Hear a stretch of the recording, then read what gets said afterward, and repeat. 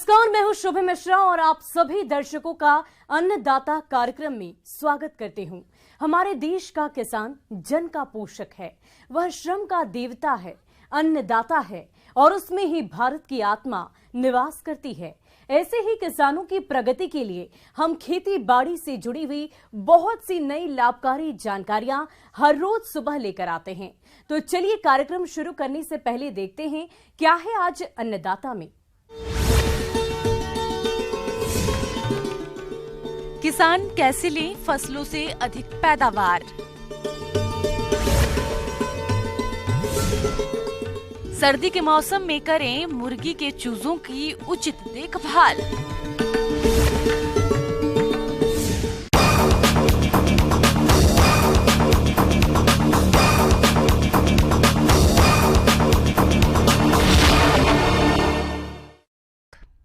अपने राज्य में किसान विभिन्न तरह की फसलों की खेती करते हैं, लेकिन उन्हें फसलों से अपनी आशा के अनुरूप उत्पादन नहीं मिल पाता है।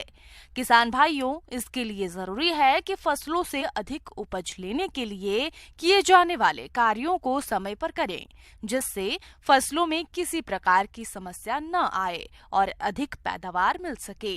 तो फसलों में कौन कौन से कार्यों को करें, इस बारे में जानकारी दे रहे हैं कालाडेरा के सहायक अधिकारी JS नाथावत।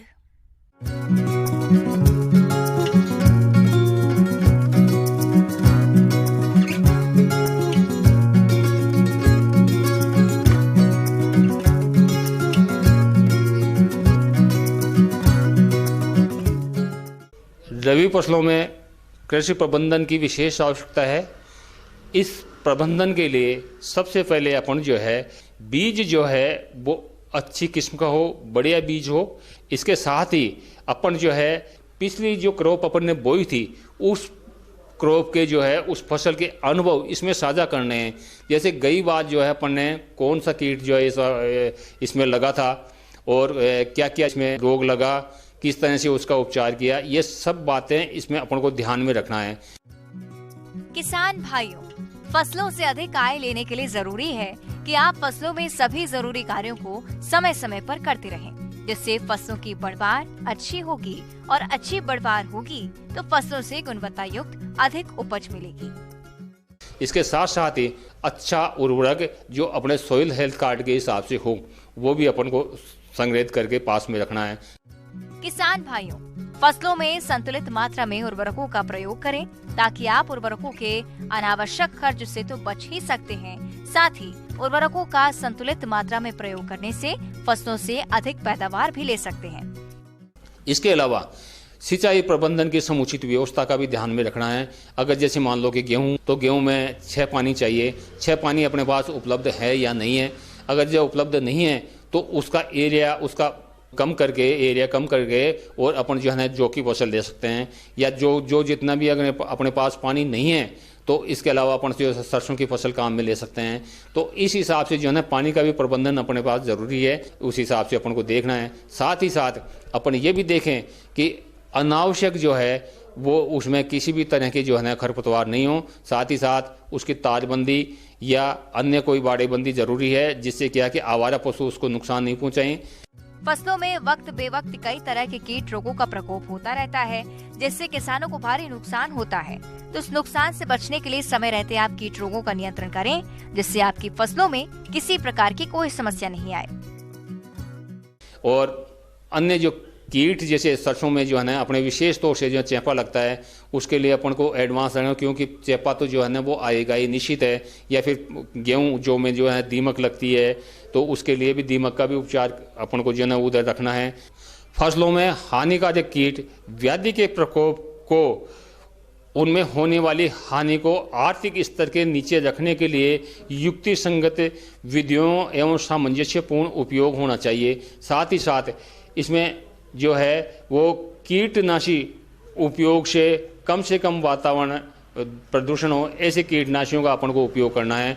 भूमि में जीवांश का प्रतिशत अधिक हो और इसके साथ साथ अपन ये भी देखें कि जो पिछली फसल के जो अवशेष हैं वो भी जो है उसमें नहीं हो, उनको भी नष्ट करना चाहिए। और जहाँ तक हो सके जैविक जो है वो भी काम में लेते हैं, तो ट्राइकोडर्मा जो है ना वो काम में ले सकते हैं। साथ ही साथ अन्य जो है दूसरी जो फसल उसमें जो है उसको भी जो है अपन को निकाल देना चाहिए। और अगर अपन को ये सा पता चले भाई ये जो है वो कोई पौधा अपन को रोगग्रस्त नजर आए तो उस रोगग्रस्त पौधे को भी उसमें से जो है ना निकाल देना चाहिए। और कीट पतंगों को भी अपन ये देखते हैं भाई उसमें कीट या पतंगे जो भी आ रहे हैं उनको भी अपन को पहचान कर लेनी चाहिए। साथ ही साथ अपन एक और भी देंगे लाइट ट्रैप वगैरह, इसका भी इस्तेमाल कर सकते हैं, जिससे अपन को ये आभास हो जाए, ये अंदाज लग जाए कि अपने खेत में ये कीड़ा आ रहा है और ये कीड़ा जो है वो अपन के फसल को नुकसान पहुंचाएगा। तो इसके लिए उस कीड़े का भी जो है अपन को प्रबंध करना चाहिए। इसके साथ ही जैसा कि अभी राज्य में शीतलहर चल रही है और ऐसे में पाला पड़ने से फसलों में भारी नुकसान हो सकता है, तो पाले से फसलों को बचाने के लिए फसलों में हल्की सिंचाई करें और जिस रात पाला पड़ने की संभावना हो उस रात फसलों में घास फूस जलाकर धुआं करें ताकि रात का तापमान गिर नहीं पाए। इसके अलावा आप फसलों को पाले से बचाने के लिए 1 मिलीलीटर गंधक का अम्ल प्रति लीटर पानी की दर से घोलकर फसलों पर छिड़काव करें। साथ ही साथ अपन एक चीज और भी देखें कि अपन जो है ना परभक्षी पक्षी उनका भी अपन को संरक्षण देना है। जैसे चिड़ियाएं हैं, बगुले हैं, मैना है, गौरैया है, को बैठने हेतु खेत में जगह जगह टी आकार की खरपच्चियां लगाकर बसेरा कराएं, जिससे क्या है कि कीट और पतंगे जो आते हैं जिनको जो है ये खा करके और नष्ट करें। किसान भाइयों, अभी तक आपने खेती से जुड़ी हुई कुछ उपयोगी जानकारियां देखी। अब लेते हैं एक छोटा सा ब्रेक, जल्द ही लौटेंगे और कार्यक्रम में आगे भी है खेती बाड़ी से जुड़ी महत्वपूर्ण जानकारियां, तो बने रहिए हमारे साथ।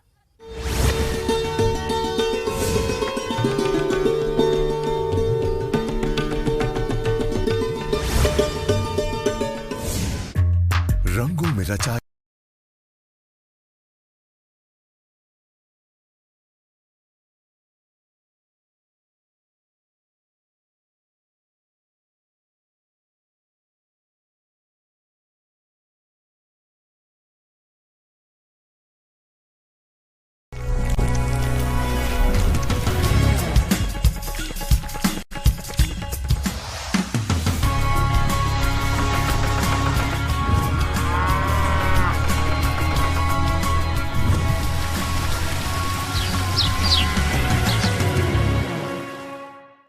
और ब्रेक के बाद आप सभी दर्शकों का अन्नदाता में स्वागत है।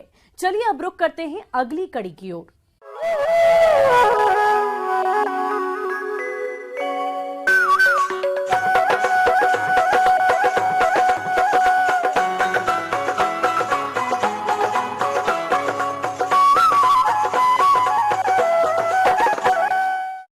प्रदेश में इन दिनों कड़ाके की ठंड पड़ रही है और ऐसे में मनुष्य तो ठंड से बचाव के लिए कुछ न कुछ उपाय कर लेते हैं, लेकिन पशु पक्षियों को ठंड से नहीं बचा पाते हैं। यदि बात मुर्गी पालन की करें तो इससे जुड़े किसानों को काफी परेशानियां उठानी पड़ती है, क्योंकि सर्दी के मौसम में मुर्गियों के चूजे अत्यधिक ठंड के कारण जल्द तालमेल नहीं बिठा पाते हैं, जिससे उनकी मृत्यु दर बढ़ जाती है। इसीलिए ऐसे समय में इनकी देखभाल करने की अधिक जरूरत होती है। तो आप कैसे करें चूजों का प्रबंधन, आइए जानते हैं विषय विशेषज्ञ डॉक्टर सुशील प्रसाद से।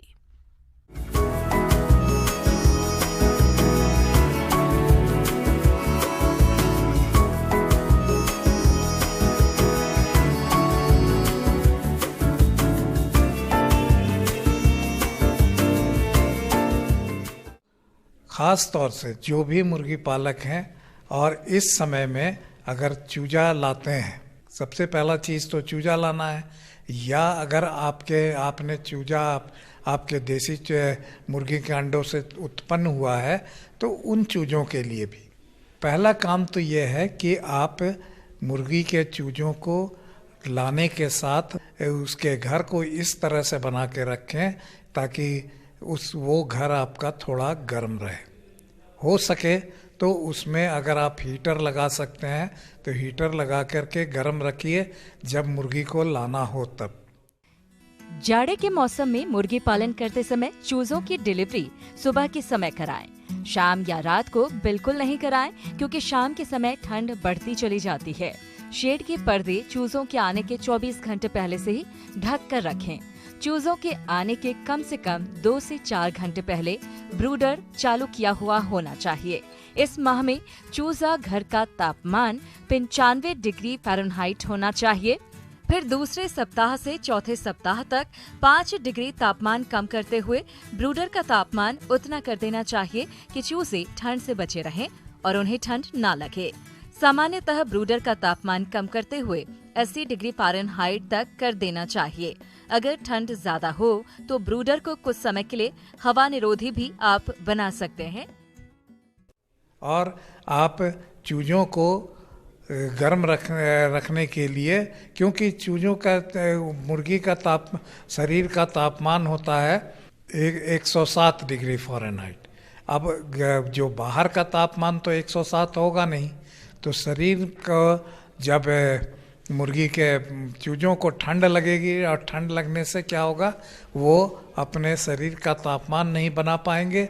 इसलिए आप देखते होंगे कि ठंड के मौसम में चूजों में खास करके बहुत ज़्यादा मृत्यु दर बढ़ जाती है। तो इसके लिए आप पहला कार्य यही करें कि लाने से पूर्व आप उस घर को गर्म रखने का कीजिए व्यवस्था, और साथ में जब आप चूजे रख देते हैं तब भी अगर बहुत ज़्यादा ठंड है बाहर, और तो उस अवस्था में आप हीटर का प्रयोग कर सकते हैं। लेकिन गांव में अगर आपके पास हीटर नहीं या बिजली की सुविधा नहीं है तो आजकल बाज़ार में बुखारी करके एक चूल्हा टाइप का आता है। तो बुखारी में आप लकड़ी का बुरादा भरा जाता है उसमें, और लकड़ी के बुरादा को भर करके अगर आप आग लगा देते हैं तो वो रात भर जलता रहेगा। और रोशनी के लिए आप एक लैंप भी रख सकते हैं, लेकिन कमरे को गर्मी देने के लिए आप बुखारी का प्रयोग कर सकते हैं। चूजे आने से पहले लिटर की 3-4 इंच मोटी परत फर्श पर बिछाना आवश्यक है। लिटर पूरा नया होना चाहिए और उसमें किसी भी प्रकार का संक्रमण ना हो। प्रत्येक 100 चूजों के लिए कम से कम 3 पानी और 3 दाने के बर्तन होना बहुत ही आवश्यक है। और इस अवस्था में जो भी खिड़की वगैरह है उस पे आप बोरा लगा करके रखें। दिन के समय में तापमान ज़्यादा होता है तो उस समय आप थोड़ा खिड़की खोल के भी रख सकते हैं। नहीं तो क्या होगा कि उस मुर्गी घर में आपका गैस उत्पन्न हो जाएगा। तो गैस भी बनने से क्या हो, उसको मुर्गी चूजों को सांस लेने में दिक्कत होती है। दूसरी व्यवस्था क्या करनी है कि जैसे अगर पानी के टंकी से पानी दे रहे हैं तो प्रयास कीजिए ठंड के मौसम में आप हल्का उस पानी को थोड़ा सा सुसुम जिसको कहते हैं वो कर लीजिए और तब आप पानी दें। अन्यथा ठंड में अगर आप ठंडा पानी पिलाएंगे तो मुर्गी के शरीर का और भी ठंडा हो जाएगा। तो वैसी अवस्था में उसके शरीर का तापमान गिर जाने से मृत्यु दर बढ़ सकती है। जहाँ तक बड़े मुर्गियों का बात है तो जब उनके पंख निकल जाते हैं तो मुर्गियाँ खुद अपने शरीर का तापमान बना लेती हैं। लेकिन अगर ठंड हवा चले तो इसके लिए आप मुर्गी के घर में निश्चित रूप में आप बोरा लगा दें। खिड़की की जो भी जाली या खिड़की है उस पर बोरा लगा करके रखें ताकि ठंडी हवा उसमें प्रवेश नहीं कर सके। और उन्हें भी, बड़े मुर्गियों को भी ठंड के मौसम में आप हो सके तो थोड़ा सुसुम पानी करके ही पीने के लिए दें। प्राइवेट हैचरी से पहले दिन के चूजों को खरीदते समय ध्यान रखें कि रानीखेत बीमारी का F1 स्ट्रेन और मैरिक्स बीमारी का टीका लगा होना चाहिए। अगर टीकाकरण नहीं किया गया है तो पहले दिन के चूजे में मैरिक्स टीकाकरण 2 से 7 दिन पर रानीखेत यानी F1 स्ट्रेन टीका देना चाहिए। और दाना का में कमी नहीं रखना है, क्योंकि दाना से किसे क्या होता है, शरीर के अंदर ऊर्जा उत्पन्न हो गया और जिससे उनके शरीर को के तापमान को बनाए रखने में मदद मिलेगी। और अगर इन बातों का अगर आप ध्यान रखेंगे तो ठंड से जो आपको चूजों या मुर्गियों का नुकसान होता है उससे बचाया जा सकता है।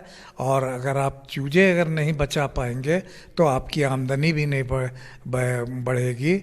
इसलिए आप ठंड के मौसम में थोड़ा खाने और इसमें परिवर्तन करके रखें। आगे और भी है खेती बाड़ी से जुड़ी हुई बहुत सी रोचक जानकारियां, पर यहां पर रुकेंगे एक और छोटे से ब्रेक के लिए और जल्द हाजिर होंगे।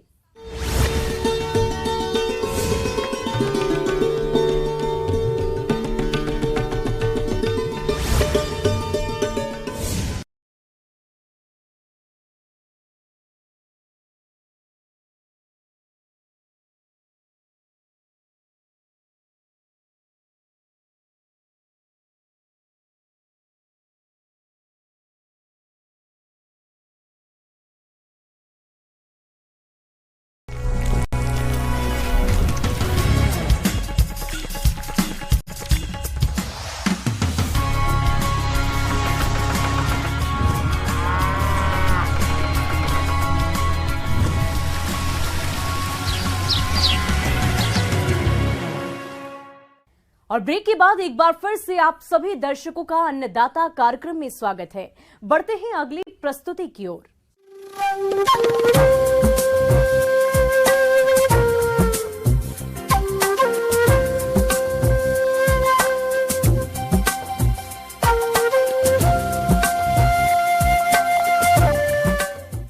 और मौसम के अनुसार प्रबंधनों पर ही टिकी है आपकी खेती बाड़ी, इसलिए मौसम पूर्वानुमान और उस पर आधारित साप्ताहिक कृषि सलाह इस प्रकार है।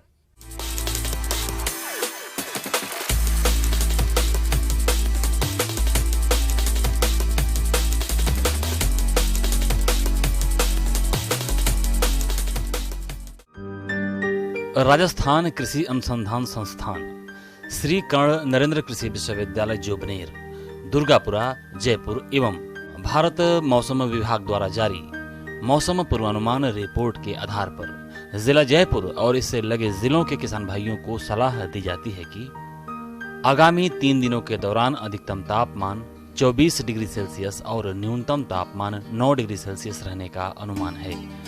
अधिकतम सापेक्षिक आर्द्रता 71% और न्यूनतम सापेक्षिक आर्द्रता 16% रहने की संभावना है। हवा की औसत गति 9 से 10 किलोमीटर प्रति घंटे की रफ्तार से रहेगी। ऐसे में इन क्षेत्रों के किसान भाइयों को सलाह दी जाती है कि अगले 3 दिनों में न्यूनतम तापमान में गिरावट के मद्देनजर किसान भाइयों को पाला पड़ने के प्रति सचेत रहने की सलाह दी जाती है।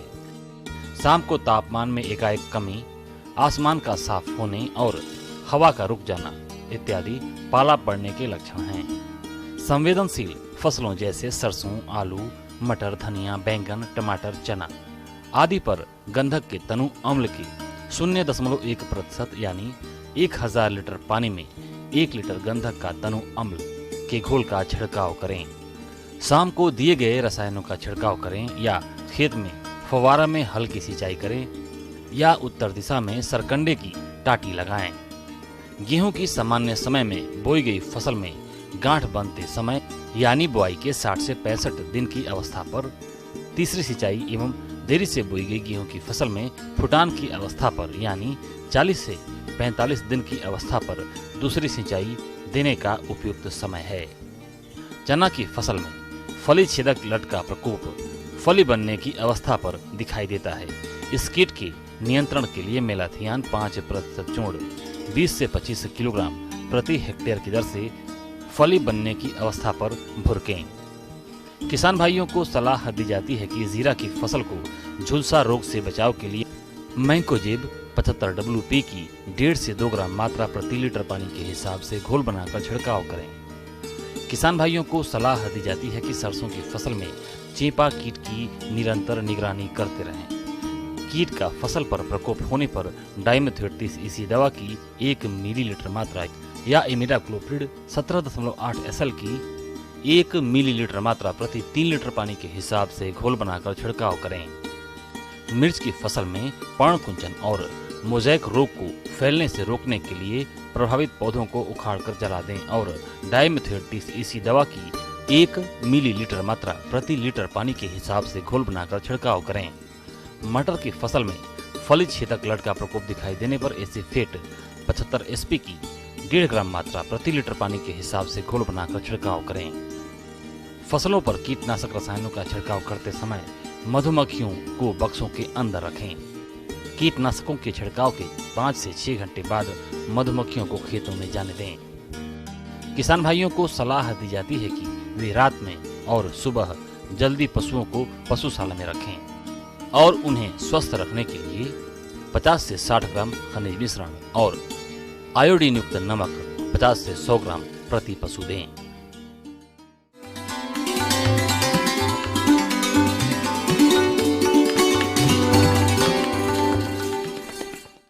अन्नदाता हेल्पलाइन निशुल्क फोन संपर्क सेवा के माध्यम से आपके द्वारा पूछे गए प्रश्नों में से 1 या 2 महत्वपूर्ण प्रश्न को हम अपने कार्यक्रम में शामिल करते हैं और इसी के तहत आज किसान का सवाल और उसका जवाब कुछ इस प्रकार है। अन्नदाता निशुल्क फोन संपर्क सेवा के माध्यम से पूछे गए प्रश्नों में से आज हमने जिस प्रश्न को कार्यक्रम में शामिल किया है उसे पूछा है भवानी मंडी जिला कोटा के कृषक सुरेंद्र प्रसाद ने। ये एरोपोनिक्स तकनीक से खेती के बारे में संपूर्ण जानकारी चाहते हैं। तो सुरेंद्र प्रसाद जी, आपकी जानकारी के लिए प्रस्तुत है कार्यक्रम का ये अंश।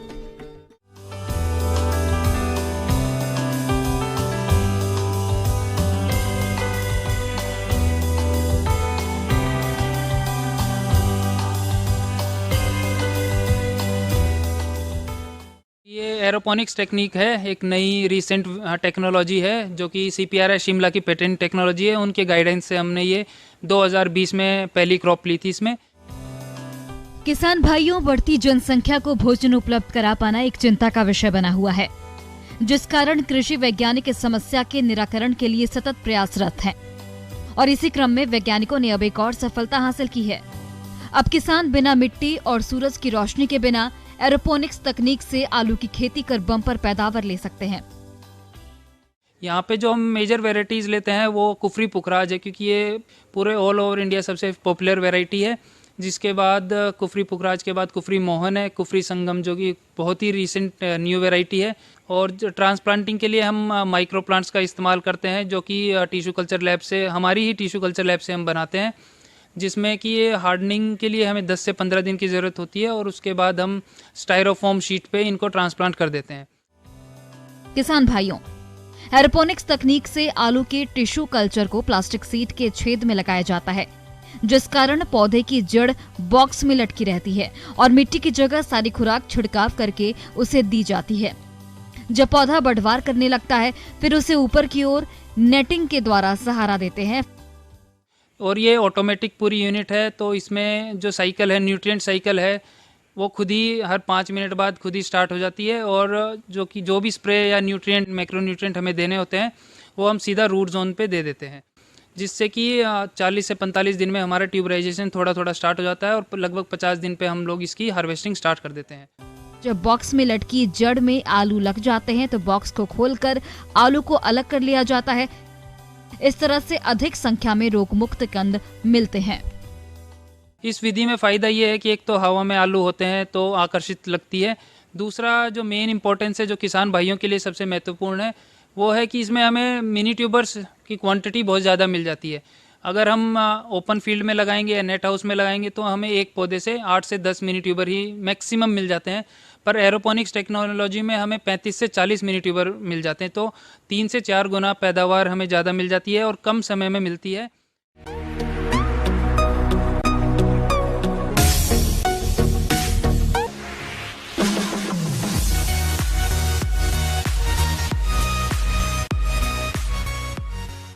और आइए अब एक नजर डालते हैं राज्य की कुछ चुनी हुई मंडियों के प्रमुख फसलों के बाजार भाव पर।